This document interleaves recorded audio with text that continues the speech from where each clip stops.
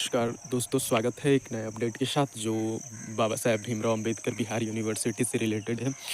और ये PhD policy जो 2024 रिलीज़ किया है, मतलब हाल फिलहाल बिहार स्टेट यूनिवर्सिटी कमीशन ऐसा अलग अलग यूनिवर्सिटी स्टेट यूनिवर्सिटीज़ को बता रही थी कि आप लोग जल्दी अपना पीएचडी पॉलिसी अपडेट कीजिए। और जो न्यू एजुकेशन पॉलिसी 2020 से रिलेटेड हो, और ये जो 2022 में पीएचडी अपडेट हुआ था उसके रिगार्डिंग है। तो देखते हैं इसका नोटिस क्या दिया है।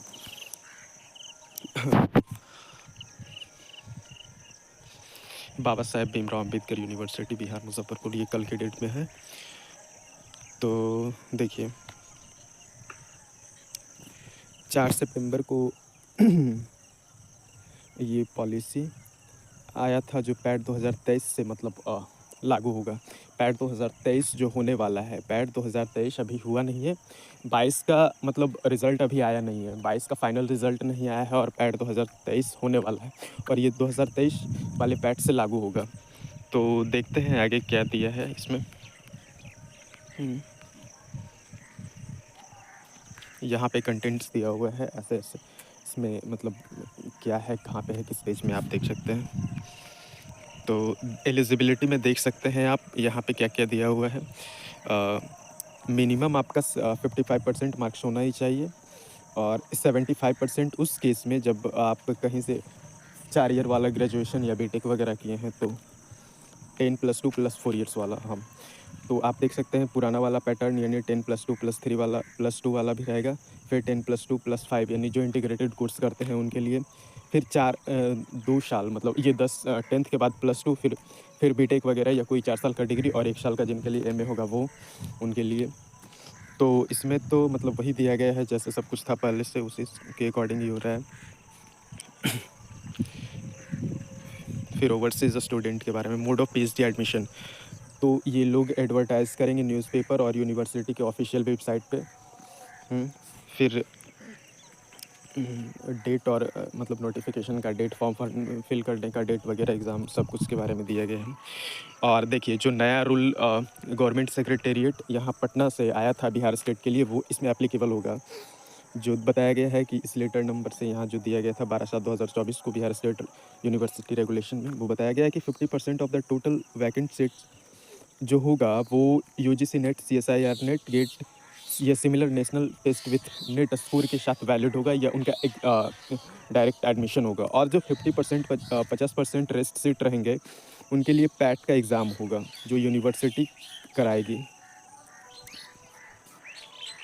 एक बड़ा चेंज यहाँ पे हमें देखने को ये मिल रहा है कि पहले जो एग्ज़ामिनेशन होता था, मतलब क्या बोलते हैं इसको, इंटरव्यू होता था, वो मतलब वैसा कुछ क्राइटेरिया नहीं था, लेकिन इस बार मिनिमम 30% आपको इंटरव्यू में लाना ही होगा। हाँ, मतलब पैट के थ्रू जाइए या नेट के थ्रू जाइए, उसके बाद जो इंटरव्यू होगा उसमें आपको कम से कम 30% लाना ही होगा इंटरव्यू में, तभी आप एलिजिबल होंगे मेरिट में आने के लिए। तो पीएचडी एडमिशन कमेटी में के जो मतलब मेंबर होंगे, वो कौन-कौन होंगे? वो डीन होंगे, मतलब जिस फैकल्टी, जैसे social science, humanities, science, commerce जो भी होगा उसके डीन होंगे जो मेंबर होंगे। फिर हेड ऑफ़ डिपार्टमेंट होंगे जो एडमिशन कमेटी ये क्या बोलते हैं, मेंबर होंगे।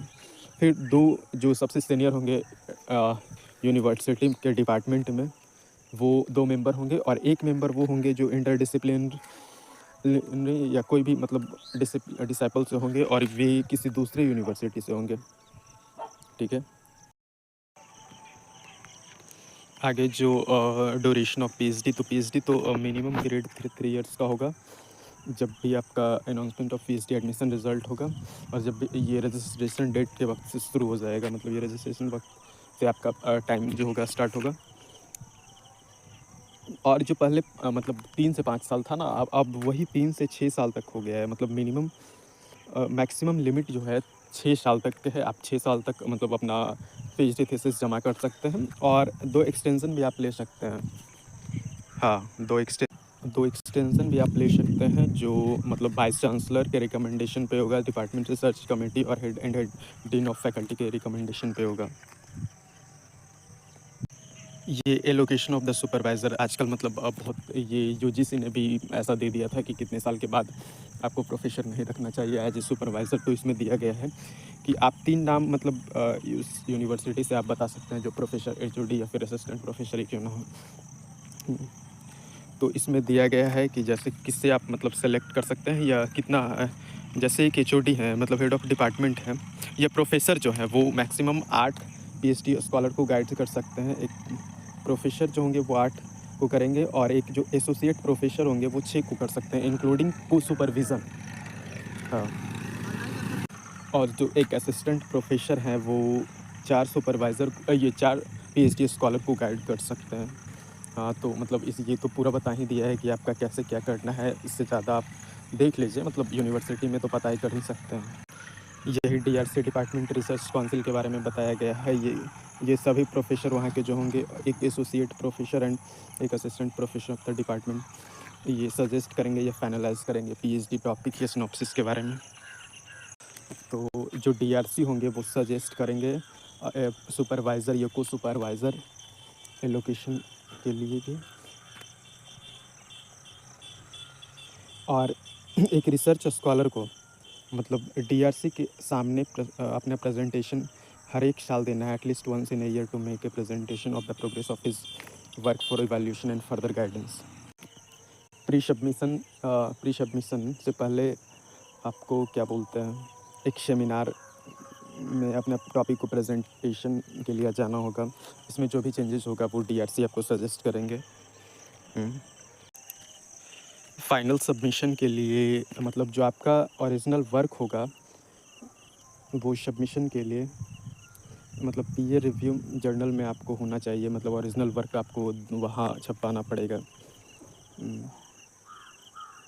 तो और कितना इसमें दिया गया है, यूजीसी केयर जर्नल में आपको minimum 2 presentation related to research area in national या international seminar and 2 research paper published in UGC CARE journal before the submission of thesis.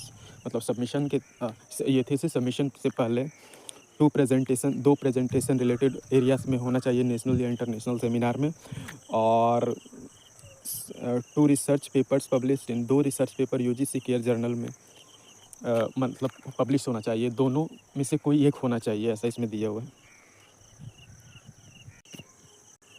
Candidate को जो कह रहे हैं उसमें 4 कॉपीज ऑफ थीसिस सबमिट करना होगा सिनॉप्सिस के साथ and A soft copy CD या पेन ड्राइव में controller of examination for evaluation bye expert. मतलब कंट्रोलर ऑफ एग्जामिनेशन के पास इतना आपको सबमिट करना है। ये इस मतलब अब थीसिस के बारे में दिया गया है कि क्या क्या होना चाहिए, तो आप देख सकते हैं इसमें बताया जा रहा है कि कवर पेज होना चाहिए मैरून कलर जो भी मतलब इसका, फिर ये रोमन फॉन्ट 14 होना चाहिए, फिर हिंदी का दिया गया है सब, फिर एमएलए किस राइटिंग स्टाइल पे होना चाहिए, thesis writing style Chicago manual, ये सब दिया गया है।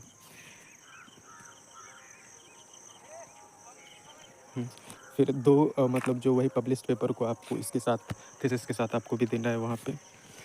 तो ये आप सैम्पल ऑफ कवर पेज देख सकते हैं। पहले टाइटल ऑफ थीसिस होगा, फिर आप यहाँ देख सकते हैं thesis submitted to the Baba Saheb Bhimrao Ambedkar Bihar university in partial fulfilment of requirement for the award of degree of doctor of philosophy in discipline, जो भी आपका discipline by name of the candidate, जो भी आपका नाम है, under the guidance of full name of supervisor academic designation, तो हाँ लोगो ऑफ यूनिवर्सिटी फिर यही है।